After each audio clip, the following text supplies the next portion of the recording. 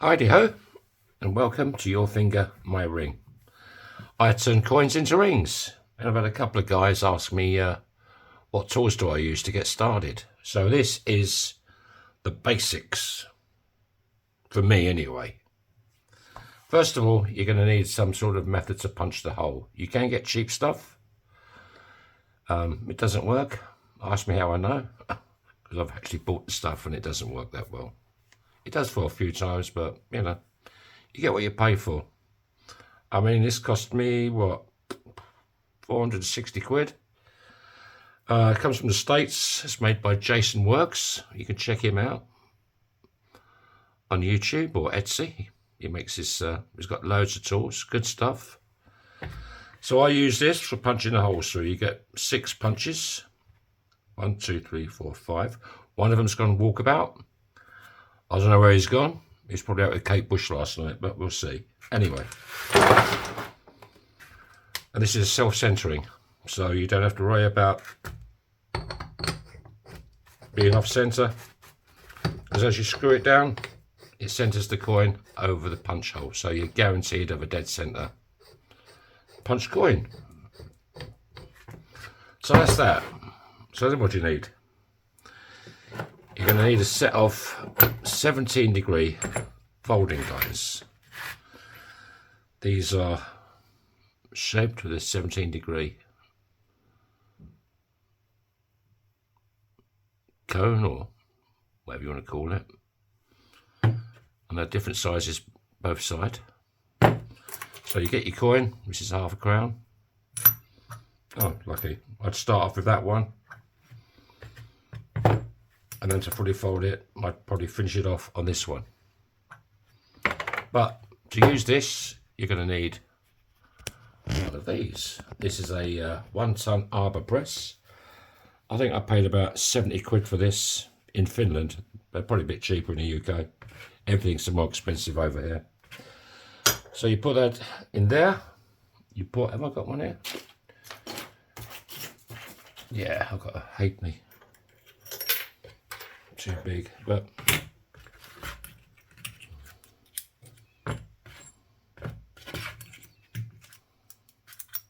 yeah.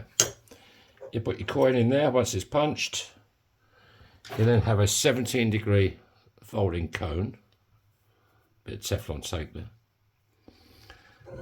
and then that goes in, and that's called folding. You fully fold your coin. So you need a set of these, and I think these ran me at what, 140 quid. This is about 30. So this set here cost me about 140 quid. But then you've got the shipping and taxes. That ain't cheap, but you've got to have them. So once you've folded your coin, you're then going to need one of these.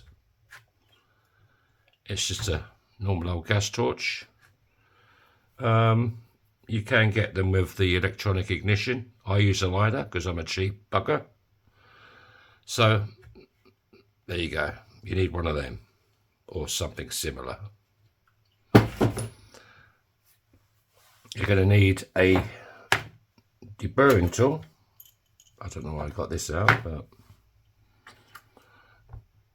and you need to deburr your coins. This is named Chris Deburr. Chris gave me that name, so thanks, Chris. You're going to need one of these and a set of spare blades. I mean, they last pretty well, but you can order spare blades. And this is my favourite tool, the spike. Yeah, go on, I'll say it. It stretches your ring. You put your ring, once you've folded it, you put your ring over the stretcher, and these splines open up. And as you can see, it's dropping down. And this cost me about 140 quid. You can get cheaper ones and you can get more expensive ones. I mean, they range from about 100 quid to 500 quid. A lot of them are made in India. The cheap ones are okay, they work. I think this was made in India, but this is a little bit better. It's only about 150 quid, but it works good. I've had no problems with it. What else are you going to need? Do you need a 1-ton arbor press to punch the hole through? No, you don't. You definitely don't need this. You can do it with a hammer, but not a normal hammer. You can't use steel on steel. You can belt this, you can put the coin in and belt it with a hammer, but don't use steel, otherwise you're going to deform this and it won't go through. So use some sort of brass hammer or one of these. I mean, these are only, I don't know, $6 or $7. What else are you going to want? Are you going to want a Dremel? Dave the Dremel. I use it because I had a motorcycle accident and my wrist got pretty screwed up. So after like 10 minutes, it says, okay, pack it in, fella, stop it. So I use this, but you don't need it. You can use a rag and polish.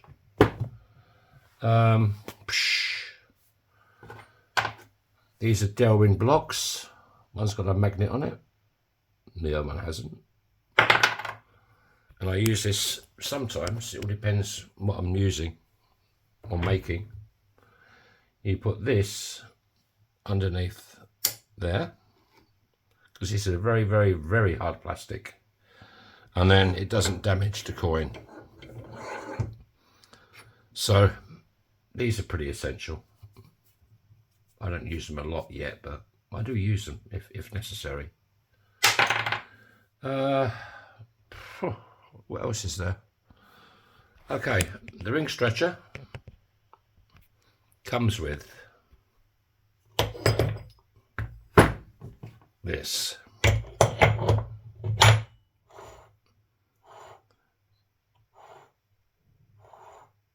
This reduces, it's a reduction plate, reduction. You can use this to size your rings down. Not very good quality, made in India, but I got this one. This is about 80 quid. Beautiful, well made. Everything's highly polished inside. You don't need it straight away. You can quite happily use this, but you'll soon find out that, you know, you get what you pay for. What else is there? I've got a couple of these ring mandrels. They're for measuring your rings. So you're definitely going to need one of these. This is just American sizes. Good quality though.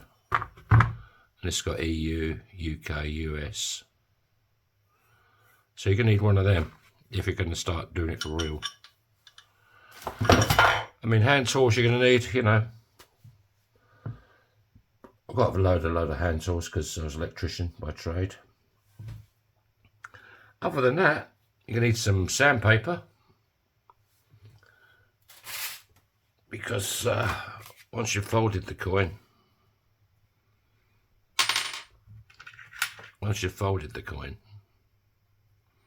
you want to make sure that there's no splits or cracks. See, there's a little mark there. So, I mean, this is pretty vital doing this. You want to make sure there's no...